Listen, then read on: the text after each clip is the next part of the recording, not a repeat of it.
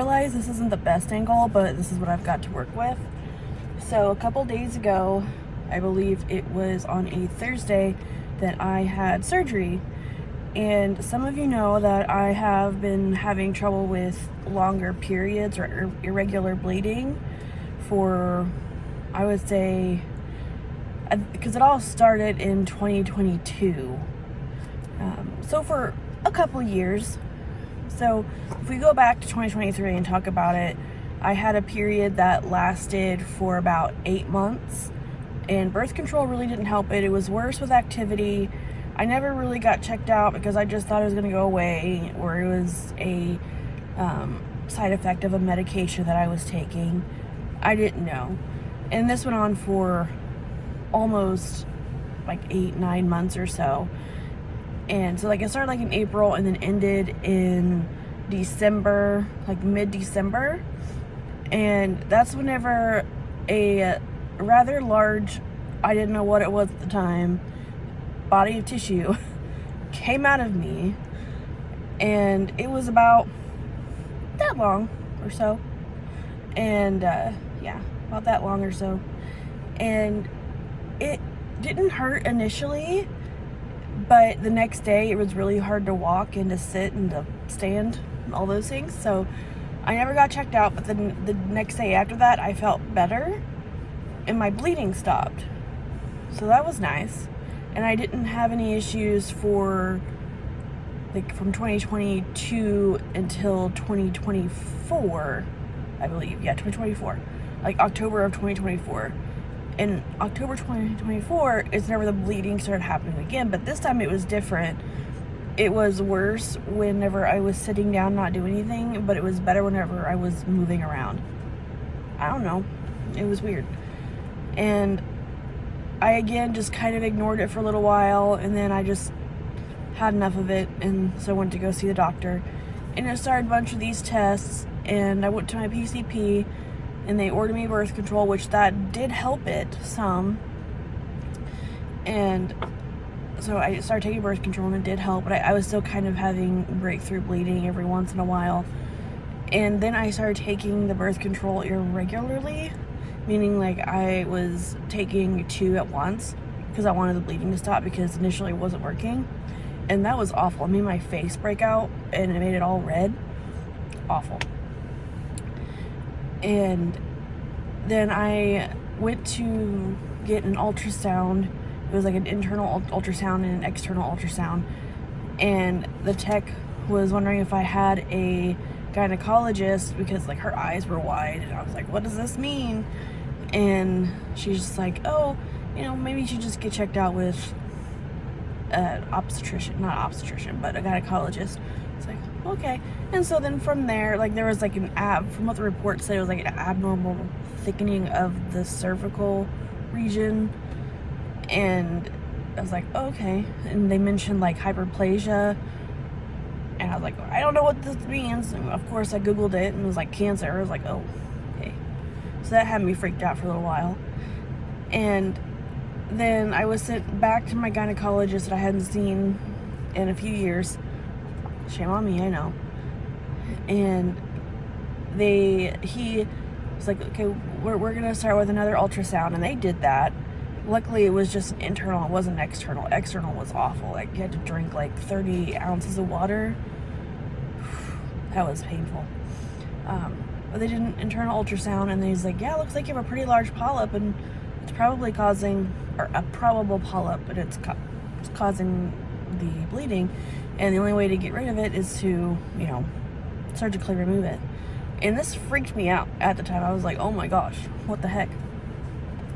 So I scheduled that out because I think I learned that in May or so, and I didn't schedule it until, well, it was like May, it was like June or so that I learned about it, and I pushed it off until August because I wanted to get through my grad school summer classes, which were really heavy. I didn't know what to expect, and which was good because I slept for like 2 days. So anyway, I know that's a little bit fast forwarding, but so the surgery was scheduled for Thursday, which was a few days ago. And I went in, it was like at 10 o'clock, went in, and they took me back, and they got me all ready, and they gave me the Versed shot, and I still remember being carted off into the not emergency room, but the surgery room. It was nice and cool in there. Oh, it felt good. And I got on the bed, and they put the oxygen mask on my face. I think they did that twice, and the first time I was trying to like adjust it because it kept on falling off, and the next thing you know, I was waking up in post-op with this woman staring at me. It was a nurse staring at me, and the lights were on really bright, and I was just like, I woke up asking 20 questions, like, did they intubate me? Did we do it? Is it done? It was a bunch of different questions. And I asked if, like, the bag of fluids that they gave me, if that was, like, my first bag or my second. And they're like, it's your second. I was like, okay. Random questions.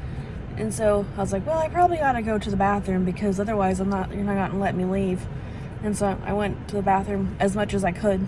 And so the thing about that is that they let me up by myself. They helped me up. And then I walked to the bathroom by myself. Then I walked back. She handed me a Diet Coke. You know, I did eat some graham crackers, and they did give me a pain pill. They gave me graham crackers and pain pill. Graham crackers were amazing. I don't know what brand they use, but man, that was amazing. Anyway, so they handed me a Diet Coke, and I grabbed the last graham cracker, and then I walked out of there. They didn't wheel me out. I just walked out of there by myself. And I'm just like, they just let anybody walk out of here. This is crazy. And then I went home, and I got into bed, and I laid down, and I think I was afraid to go to sleep because I thought I was going to die. I didn't. I'm here. But it wasn't really like deep sleep. It was just like a couple hour nap, and then eventually I went back to sleep for the rest of the night. And the next day I felt a little bit better. I was still kind of groggy. So like Friday, I was still a little groggy, and I slept most of the day then. Today's Saturday, so that was yesterday. I was a little bit groggy, and I slept I got up at like 10:30 or so, and had brunch at like 11:30, and then I slept until like 4 o'clock. I felt a little bit better. Then I went to, I was able to get out of the house for a little while. Aaron, or my husband, he drove me around some. And then I started to get cranky, and I started not to feel well. And then we went home. And then I started playing on the computer, and I streamed for a little while, talking to everybody. Then I said I was going to do this video. So I do have pictures. Hopefully they don't get me in trouble. But this is a picture. And that right there is a polyp. That is what was causing the issue. He just snipped it out of there. I guess that's whenever he entered. And turning it to focus. This is the polyp. So he was able to get that out of there. Sent it off to pathology, but he said it didn't look as bad as he thought it was. So it was easy to get in and out. It was like a 45-minute surgery. And I'm feeling better today.